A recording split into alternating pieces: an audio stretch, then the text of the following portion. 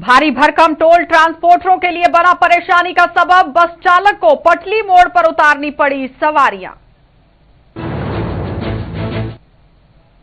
युवाओं ने दूर कर दी प्रवासी मजदूरों की कमी, चक्रोही पंचायत में पेश कर रहे अहम मिसाल। पंचायत में शुरू की धान की रोपाई की मुहिम। और बंकरों की गुणवत्ता पर लगातार उठ रहे सवाल, हथौड़ों का एक बार भी नहीं सह पाते हैं बंकर। पूरी मार घुटनों घुटनों तक भर जाता है कीचड़ और पानी। नमस्कार, बुलेटिन में आपका स्वागत है। मैं हूं आपके साथ आशा सरमाल। चलिए शुरुआत करते हैं जम्मू कश्मीर से जुड़ी खबरों की। और सबसे पहले बात करेंगे इस वक्त की बड़ी खबर से जो कश्मीर से सामने आ रही है। कश्मीर घाटी के सोपोर इलाके में सुरक्षा बलों ने लश्कर-ए-तैयबा के आतंकी मॉड्यूल का भांडाफोड़ कर दिया। सुरक्षा बलों ने लश्कर-ए-तैयबा के आतंकियों के 4 मददगार को धर दबोचा है। इन सभी के खिलाफ संबंधित धाराओं के तहत मामला दर्ज कर लिया गया है। इन सभी से पूछताछ जारी है, जिसमें कई अहम खुलासे हो सकते हैं। दरअसल सेना की 52 राष्ट्रीय राइफल्स के साथ सीआरपीएफ ने एक साथ 2 इलाकों में सर्च ऑपरेशन शुरू कर दिया था, जिसमें लश्कर-ए-तैयबा आतंकियों के सहयोगी पकड़े गए। सोपोर पुलिस को सूचना मिली थी कि इस इलाके में आतंकी गतिविधियों को अंजाम देने में उनके मददगार सहायता कर रहे हैं और साथ ही आतंकियों को शरण भी दे रहे हैं। आतंकियों के इन मददगारों की पहचान इरफान अहमद मीर पुत्र मोहम्मद मकबूल मीर, इरफान अहमद खान पुत्र गुलाम मोहम्मद खान, कैसर रहमान खान पुत्र रहमान खान और सुहेल अहमद गनई पुत्र गुलाम मोहम्मद गनई के रूप में हुई। बताया जा रहा है कि ये मोबाइल ऐप के जरिए आतंकियों के संपर्क में थे और उनके लिए रैकी भी करते थे। इससे पहले डीजीपी दिलबाग सिंह ने भी कहा था कि पाकिस्तान अपने सैनिकों द्वारा संघर्ष विराम उल्लंघन की आड़ में ही जम्मू कश्मीर में जैश और लश्कर के आतंकी को भेजने की कोशिश कर रहा है। इसके लिए पाकिस्तान जम्मू में अंतर्राष्ट्रीय सीमा और राजौरी के नौशेरा सेक्टर में एलओसी को जरिया बना रहा है।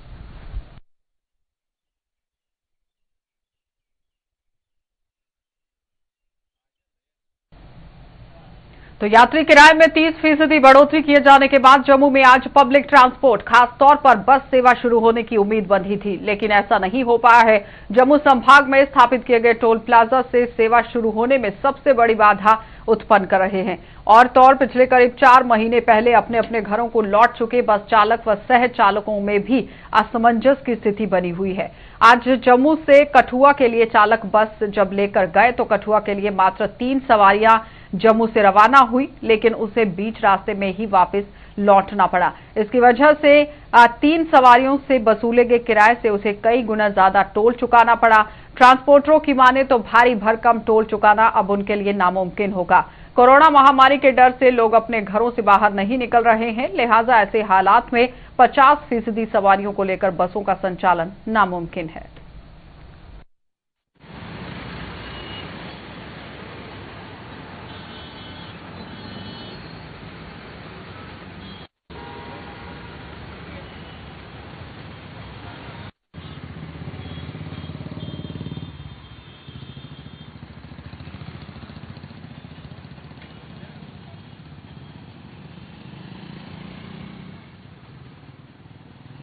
और आज बसें हमारी खुली है, तो बस हमने चक्कर लगाया, लेकिन हम फिर मुड़कर वापस आ गए। सवारी कोई नहीं मिला है। और दूसरा नंबर आगे हम पटली मोड़ पे गए तो वो टोल प्लाजा में तंग कर रहे थे। 2 सवारी थी, बस में वो उतार दी है।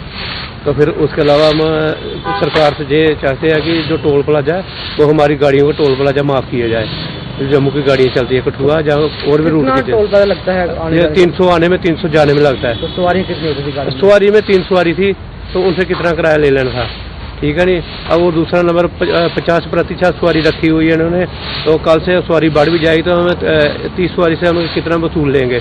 5,500 रुपया हमारा रूट का खर्चा है, तेल डीजल वगैरह और जो भी टोल वगैरह और ड्राइवर की तनख्वाह वगैरह, ठीक है। इससे हमारा गुजारा नहीं हो सकता। तो चलो टोल उठा ले, चलो जब हमारा टोल माफ़ कर दे सरकार तो ठीक है।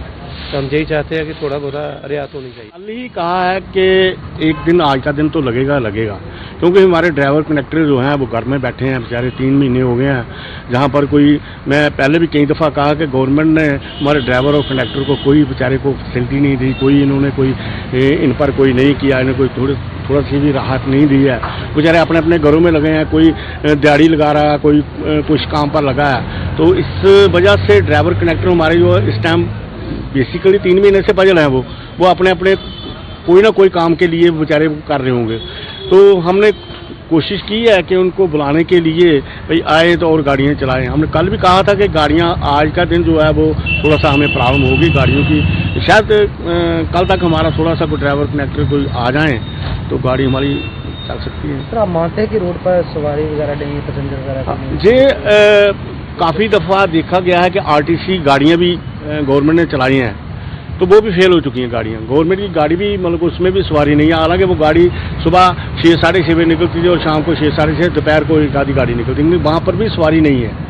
तो इसी कोरोना की वजह से लोग डरे हुए हैं, लोग घर से बाहर नहीं निकल रहे हैं, तो यही प्रॉब्लम है कि सवारी नहीं है और सवारी नहीं होगी तो मुश्किल हो जाएगा हमारे लिए, तो और भी ज़्यादा मुश्किल है क्योंकि 5,500 रुपये हमारा सिर्फ खर्चा ही खर्चा है।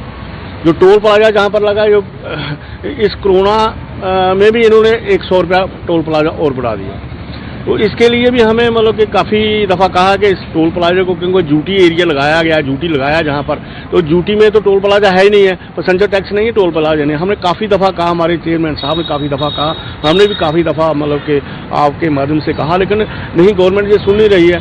टोल प्लाजा जितने में टोल प्लाजा नहीं होगा तो 100 रुपया बचता नहीं है गाड़ी को, 500 रुपया टोल प्लाजा आने और जाने का हो जाएगा, तो मुश्किल हो जाएगी हमारे लिए गाड़ी चलानी। और हम तो कोशिश कर रहे हैं, लोगों 30% किराया बढ़ाया गवर्नमेंट ने, हम चाहते हैं कि गाड़ियाँ चलाएं, लेकिन वही वजह है कि ड्राइवर कंडक्टर भी हमारा थोड़ा सा पजल है, वो भी आगे पीछे कहीं मतलब गए हुए हैं, उनको इकट्ठा करने में भी टाइम थोड़ा लगता है, 1-2 दिन तो लग ही जाते हैं। सरकार द्वारा यात्री किराए में की गई 30% बढ़ोतरी के बावजूद पब्लिक ट्रांसपोर्ट सड़कों पर दौड़ने में अभी असमंजस की स्थिति में दिख रहे हैं। ट्रांसपोर्ट विभाग द्वारा नई रेट लिस्ट जारी न किए जाने के चलते फिलहाल मिनी बस ऑपरेटरों ने अपनी गाड़ियां बंद रखने का फैसला लिया। मिनी बस यूनियन के प्रधान विजय सिंह चिब ने विभाग से नई रेट लिस्ट जल्द जारी करने की अपील की।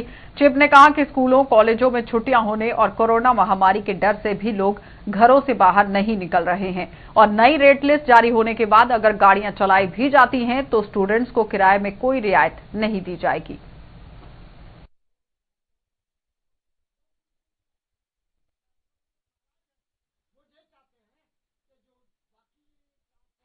गाड़ियां तो अभी हमारी 3-4 दिन नहीं चलेंगी। क्यों? कि मेटाडोर के हमारे कुछ ऐसे मसले होते हैं, जैसे कि हमारी किराए की लिस्ट होती है और वो किराए की लिस्ट जब तक नहीं बनती तब तक हम किराया नहीं ले सकते। क्यों? कि हमें हमारा हर 1 किलोमीटर के बाद फिर दूसरा किलोमीटर आता है और 1-1 किलोमीटर के बाद सवारी उतरती चढ़ती है। तो अभी तो माफ करना, हम गाड़ी नहीं चलाएंगे 2-3 दिन, जब तक हमारी सरकार अगर हमें जल्दी से जल्दी लिस्ट बना दे तो गाड़ियां चलाएंगे।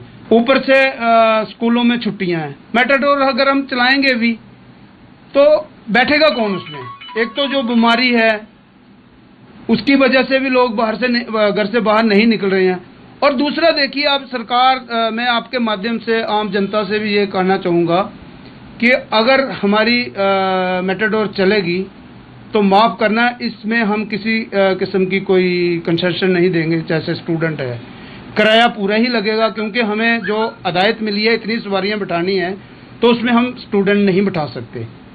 तो देखिए अब गवर्नमेंट क्या करती है। अगर ये आरटीओ डिपार्टमेंट हमें जल्द से जल्द लिस्ट बना दे तो तभी जाके ये हमारी गाड़ियाँ चलेंगी।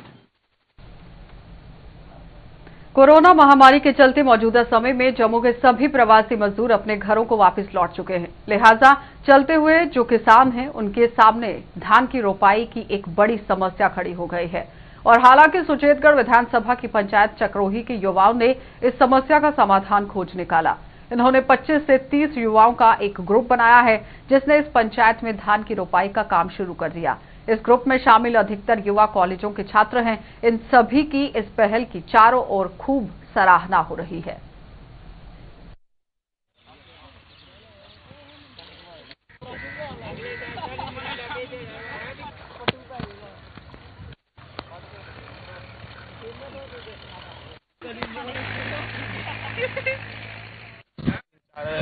जैसे लॉकडाउन चल रहा था, कोरोना महामारी चल रही थी, इसकी वजह से ना बेकार हो गया, सब कम चौपट हो गया।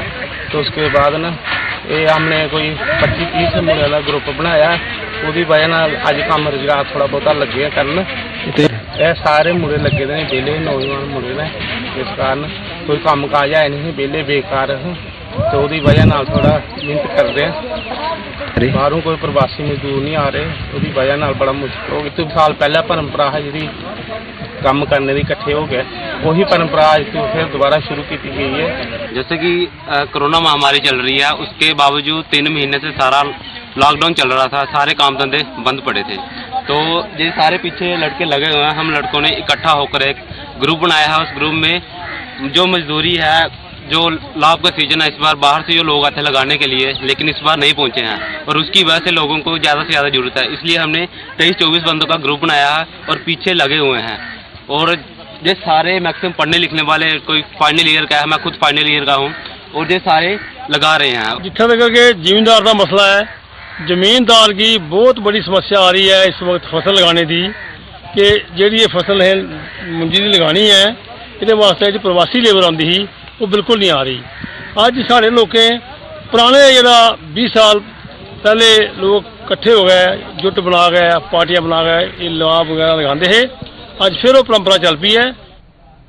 वर्ष 2017 में पाकिस्तान की ओर से लगातार गोलाबारी के जम्मू कश्मीर के सीमावर्ती इलाकों में हुए भारी नुकसान के बाद तब के गृह मंत्री राजनाथ सिंह ने एलओसी और आईबी पर 14,450 बंकर बनाने की घोषणा की थी। इसके लिए मोदी सरकार ने 415 करोड़ रुपए की राशि को मंजूरी दी थी। बंकरों का निर्माण कार्य शुरू हुआ, कुछ इलाकों में बंकर बनकर तैयार भी हो गए, लेकिन सीमावर्ती इलाकों के लोग बंकरों के निर्माण कार्य से खुश नहीं है। क्या कुछ इन लोगों का कहना है, देख लीजिए। यह है गजनसू के सीमावर्ती गांव गोलपत्तन में बनाए गए बंकरों के दृश्य। सरकार ने इन बंकरों का निर्माण पाकिस्तान की गोलाबारी से लोगों की सुरक्षा के लिए किया था, लेकिन स्थानीय लोगों का आरोप है कि बंकरों का निर्माण कार्य जिस तरह से किया गया है उससे उन्हें जान का खतरा है। इन लोगों के मुताबिक ये बंकर एक हथौड़े का वार तक नहीं सह सकते हैं, तो फिर पाकिस्तान के गोलों के आगे ये कैसे टिक पाएंगे। इन लोगों के मुताबिक बंकरों के निर्माण के नाम पर सरकारी खजाने को लूटा गया है। ਇਹ ਸਾਡੇ ਗਵਰਨਮੈਂਟ ਨੇ ਬੰਕਰ ਬਣਾਏ ਨਾ, ਇਹ ਬੰਕਰ ਜਿਹੜੇ ਨੇ ਸਾਰੇ ਚੜਾ ਦੇਣ, ਇਹਦੇ ਚ ਲੈਂਟਰ ਜਿਹੜਾ ਉੱਪਰੋਂ ਫੱਟੀ ਇਹਦਾ ਇੱਕ ਛੋਟੇ ਜਿਹੇ ਬੱਚੇ ਨੇ ਸਰੀਏ ਹੱਥ ਲਾਇਆ ਤੇ ਸਰੀਆ ਗਿਆ ਲੈਂਟਰ ਚ ਨਿਕਲੀ ਆ। ਇਹ ਸਾਡੀ ਸੇਫਟੀ ਲਈ ਹੈ कि साढ़े ਲਈ है, बनाए दा ते है पर ਇਹਦੇ ਚ ਕੋਈ ਸੇਫਟੀ नहीं है। अगर कल की कोई गोलाबारी होंदी है तो सानू नहीं लगता कि अस ਇਹਦੇ ਚ सेफ हैं। तो इसका ये है कि बनाए दा ते 4-5 लाख रुपए लाए दा ते पर कोई फायदा नहीं है। कल की अगर अस ਇਹਦੇ ਵਿੱਚ गोलाबारी ਵਿੱਚ आने अगर उपर कोई गोला पे भी जा तो सानू नहीं लगता कि अस इसदे च सेफ। 18 में शुरुआत हुई साढ़े बंकर की, उस वेले साड़ी इन्नी भैड़ी पोजीशन ही कि असें सिर लुकाने वास्ते कोई जगह नहीं है। तो आज शुक्रिया अदा करने मोदी साहब का जिन्हें घर घर बंकर बनाए, लेकिन जेडे बंकर बनाए अगे बनाने वाले करिंदे लोग है, मतलब ये अपने टैक्नीकल डिपार्टमेंट ही इन्हें सारे मिली भगत ही, इन्हें बिल्कुल जेडे बंकर बनाए टोटली मतलब ये बनाया कि अस तुप्पने नहीं पावा, अगर फायरिंग हुआ लोग तुप्पने नहीं पावा, कुत्थों कुत्थों छप्पे दे इक्का जगह बंकर बनाया, इत्थे बम पावा, इत्थे डिग पाउन, ये मतलब सेफ नहीं है। I am not satisfied this bunker. Government ने कुछ नहीं किया, जेडे ने बनाया ना बेकर ਇਹਦੇ ਵਿੱਚ 4 जीवा बरस है, तो जो थोड़ा मारे तो भजी जाते तो गोला कि'यां खलैर हुई गोले, तो जो जीवा 4 बाड़े दे अंदर ये सारा टुटिए अंदर मारने की गल हुई है नहीं साड़ी। क्या आगे गवर्नमेंट दिखना चाहिए, गवर्नमेंट साढ़े पास बनाए मोर्चे पर गरीबी लोग बार्डर बनना इनके वास्ते देखभाल वास्ते इधर की देखभाल साड़ी। सीमावर्ती इलाकों में रहने वाले लोगों की सुरक्षा के लिए बनाए गए इन बंकरों में बारिश होने की सूरत में भी पानी घुटनों तक भर जाता है। लोगों के मुताबिक अगर ऐसे में पाकिस्तान की ओर से गोलाबारी होती है तो उनके लिए अपने बाल बच्चों समेत इन बंकरों में पनाह लेना नामुमकिन है। हर चीज अंदर गोडा गोडा पानी खड़ोते हर बंकर से, अगर आती इतना कुछ मौका भी फायरिंग हो सकती, जो फायरिंग हो सिर लुकाने की जगह कोई नहीं है। इन्हें कंप्लीट ना कोई उनके पर मोंटी नहीं चज की बनी दी, कोई मतलब इनका सिस्टम नहीं, कोई दरवाजा नहीं, कोई मतलब जे कुछ दी डायरेक्शन कर दी कि ना एड़ा पासा बढ़ने की सुविधा है तो एंटी होगा दूगा पासा रखी उड़ना, मतलब हर बंदा परेशान है और पूरा दुखी है इस बंकर को। कोई मतलब सैटिस्फाई नहीं है। इस बंकर को हर जिन्ने बंकर हैं सारे इनकम्प्लीट ना और सारे रद्दी कम। लोगों के मुताबिक इस गांव में तकरीबन 30 से 32 बंकर बनाए गए हैं, लेकिन किसी का भी काम पूरा नहीं हो पाया है। इन लोगों ने अब सरकार से इन बंकरों के निर्माण कार्य की जांच करवाने की मांग की है। बुरी हालत है, कोई प्लस्तर नहीं किया, कोई किस नहीं किया, दिख लो इन्हें सरिया भी नहीं पाया, इन्हें कोई हालत के पैड करिए उसके बाद कोई पुछने नहीं आया बस इतने की किया कि नहीं। जानकारी होनी चाहिए मारे, जानकारी होनी चाहिए। इतने घर बच्चा घर खराब किया, जीव वाड़ने ने अंदर जो कोई गोला बोला सारा मरन तो है कुछ नहीं आ। करीबन को 30-32 मोर्चे ने सारे अनकम्पलीट ने, कंप्लीट नहीं हुए, ना कोई दरवाजा लगे ना प्लस्तर होगा। है अंदर बढ़ना कि'यां, कोई तमूड़ियां कोई सप्प बड़े तो एमरजेंसी कोई गल बनी है बनना कि'यां, अंदर कोई दरवाजे दरूजे कोई नहीं है। चलो प्लस्तर ठेकेदारें का काम है, गौरमेंट इत्थे आए है नहीं कोई पिछले बाद कोई देखना है, ठेकेदार इ'यै करिए छड्डियै चली गे, दोबारा कोई पुछया नहीं, ना कोई आया कि नहीं इधर देखना है। सीमा के साथ सटे इन गांव के लोगों के मुताबिक जिस मकसद को लेकर सरकार ने इन बंकरों पर करोड़ों रुपए खर्च किए हैं, वो मकसद फिलहाल पूरा होता हुआ नजर नहीं आ रहा है। इन बंकरों में पानी और कीचड़ भर जाने से वहां इंसानों का पनाह लेना नामुमकिन है।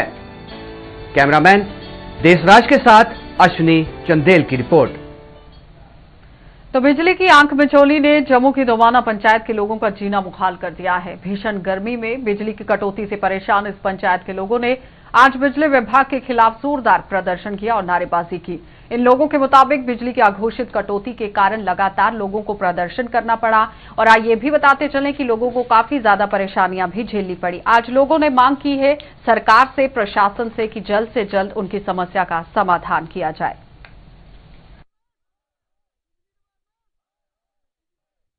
परेशानी है इस गर्मी के मौसम। हाँ जी, इन्नी परेशानी है, 24 घंटे 12-13 घंटे बत्ती कट है। ये पता नहीं लगता कोला बंद हो कोला नहीं आती, पूरी रात मरी ने पखे झोली बाहर सोई है, मच्छर ने हर त्रुड़ी खाई है। इन्नी प्रॉब्लम होती थी अभी बड़ी। किन्ना कट होंदा है इत्थे? ये कट का कोई पता नहीं लगता, कहीं 2 घंटे कर दे, कहीं 2.5 घंटे कर दे, कहीं बिच भी कट करी उड़ते। सानू इन्नी परेशानी है, बच्ची 10-12 घंटे बत्ती बंद रहती है। सानू इन्नी परेशानी है, पानी बस भी अं तंग, बिजली होगी तो पानी आएगा ना, जे बिजली होगी तो पानी कितों पीआंगे अं। एक दूआ ये है तो 12 घंटे भी जो 12 घंटे कट देगा वो भी कट मारी जाते हैं, तो सानू परेशानी बहुत हुई है। तो सानू मतलब पानी की परेशानी, बिजली की परेशानी, सानू ये गौरमेंट मतलब की दे रही है, सानू कुछ नहीं दे रही है। जे बत्ती देने ना मतलब 12-12 घंटे कट है तो अगे अं की करेंगे? साढ़े बच्चे परेशान ने, पढ़ने की परेशान ने, और मतलब ना अंदर सौन का ना बाहर खलोने का, बाहर गर्मी है, कितनी पक्खियां झोलनियां ने। असें बिजली के बारे बड़े परेशान है। 12-13 घंटे बत्ती होंगी, 12 घंटे 2-3 घंटे बिच फिर बंद कर देना। ये मेरे बड़े परेशान है, बच्चे भी बड़े परेशान है। राती बछर खड़ बड़ी है, पूरे दिन असें कम करें, राती सोने टाइम होंदा तो बत्ती का बड़ा मुश्किल है। ओहदे बाद पानी की बड़ी समस्या है। अगर बत्ती अगर PHE वाले बोलिए अगर पानी साढ़ा नहीं आता तो बोले बत्ती का कट बड़ा है, तो हूँ असें समस्या है बड़ी मुश्किल आ रही है। और बजुर्ग साढ़े इन्ने परेशान ने, बेचारे बीमार है, उधर महामारी चाहिए है, घर सारे बैठे ने, ये कारण सानू बड़ी परेशानी बत्ती की आ रही करती है।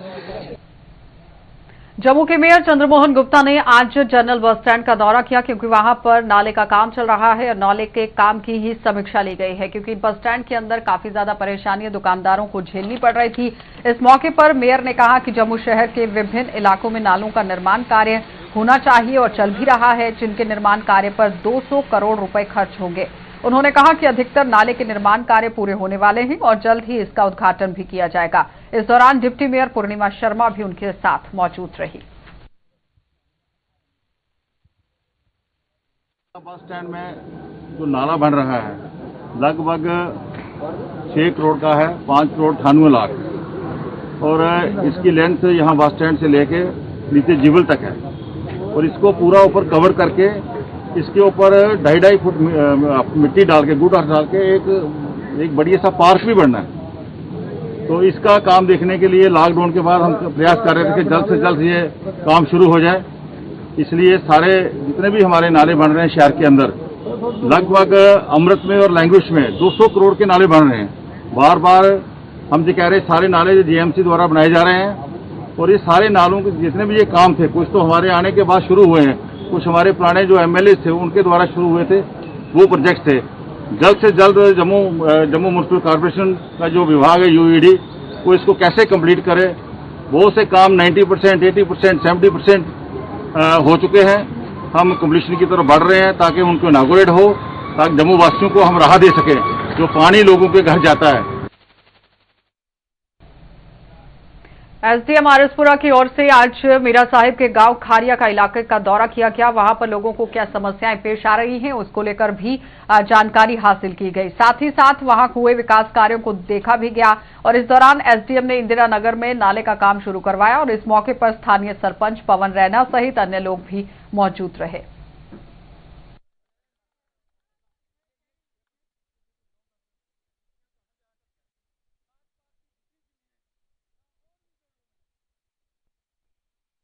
जो काम हुआ था हमारा बैक टू विलेज, इसमें हमारा 1480 का पैसा था, उसके तहत हमने इस गांव में डेवलपमेंट कराई। तो मैं दिखाना चाहता था कि कितना अच्छा काम हुआ। मैं तो खुद कहूँगा अच्छा हुआ, तो अपने मुंह से आगे मुंह में क्यों होता है, इसीलिए सारी एडमिनिस्ट्रेशन को मैंने यहाँ दिखाया। इन कामों को देख के हमारे जो बाकी पंच साहिबान हैं और जो साथी हैं वो देखें कि वहाँ अच्छा काम हुआ है। हम भी अपने इलाके में पूरा जो पैसा पंचायत को मिलता है वो ग्राउंड पे लगाएं और काम दिखे। आज का मकसद यही था। और कई छोटे मोटे मसले जो प्रॉब्लम थी जो उन्हें एसडीएम साहब हल कर सकते हैं, मैडम हल कर सकती हैं, तहसीलदार साहब हल करते हैं, वो भी हमको इनको बताए।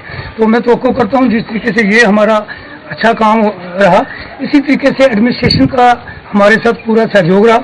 हम भी एडमिनिस्ट्रेशन के साथ पूरा सहयोग करते हैं। या कोई डेवलपमेंट की बात हो पार्टी से ऊपर उठ के।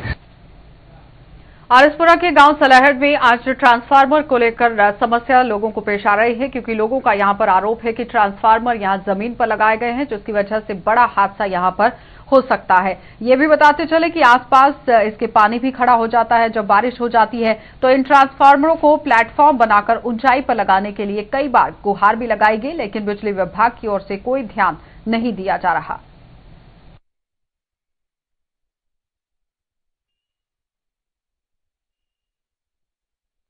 ट्रांसफार्मर थले लगे कोल झाड़ियां ने, कई बार इतने अग लगी जाती है, न्याणे आते हैं स्कूल इतने कोल ट्रांसफार्मर के, ये आते हादसे न्योता दिया करता ट्रांसफार्मर। आज सरकार अस अपील करने कि ट्रांसफार्मर जल्द को जल्द पक्का बनाइए, थड़ा भी उपर लाया जाए।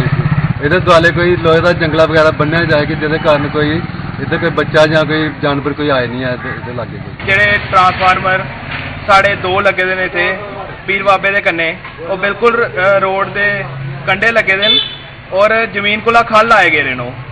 तो हूँ जियां कि अगे बरसात आ रही है और काफ़ी पानी वगैरह उत्थे इकट्ठा हो जाता है और बिल्कुल रोड के लैवल को भी खल लगे दे ट्रांसफार्मर, जिहदे कारण की बहुत दिक्कत होती है और उनका कोई उहदे कवरिंग नहीं है दी दी डिपार्टमेंट है, जिहदे कारण की कोई खुले मवेशी वगैरह अगर आता उसी भी प्रॉब्लम होती है, उत्थे नुकसान होता है।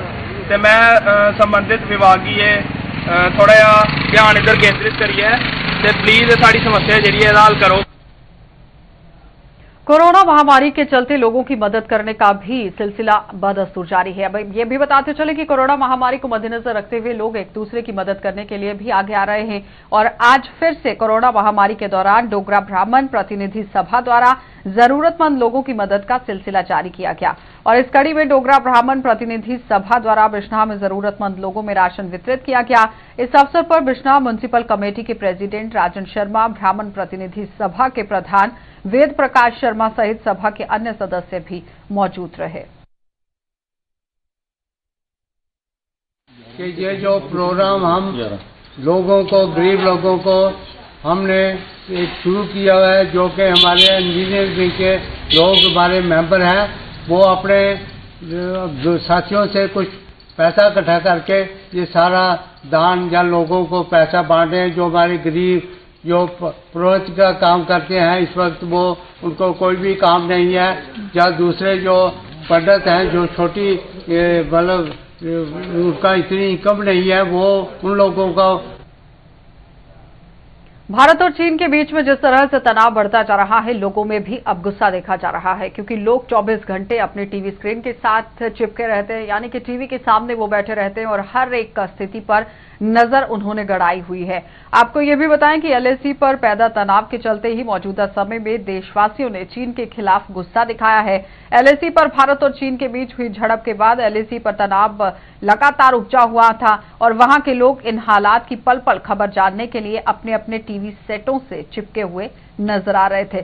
लद्दाख के लोगों के मुताबिक LAC पर क्या हो रहा है उन्हें केवल मीडिया के माध्यम से ही पता चल रहा है। इन लोगों ने दोनों देशों से LAC पर शांति बहाल करने की भी अपील की।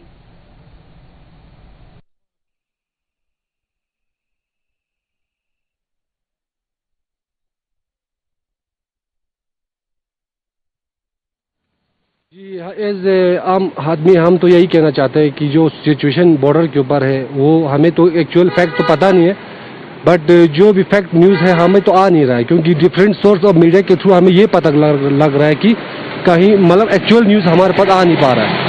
तो हम तो मैक्स यही चाहते हैं कि जो सिचुएशन है बॉर्डर के ऊपर वो सही हो जाए। एक तो हम एज लद्दाखी हमने 99 के वार में भी इंडियन आर्मी का फुल सपोर्ट किया था और हम एज लद्दाखी हम सबसे पहले तो इंडियंस हैं। इस वजह से हमें ये लगता है कि हमको जो चाइना का बॉर्डर पे जो प्रॉब्लम हो रहा है LAC पे वो डिफाइन कर ले, दोनों कंट्री को मिल के डिफाइन कर ले, तब हम दोनों कंट्री जो है लोग आराम से बैठ सकते हैं। बुलेटिन में फिलहाल इतना ही। देश और दुनिया की खबरों के लिए आप देखते रहिए गुलिस्तान न्यूज।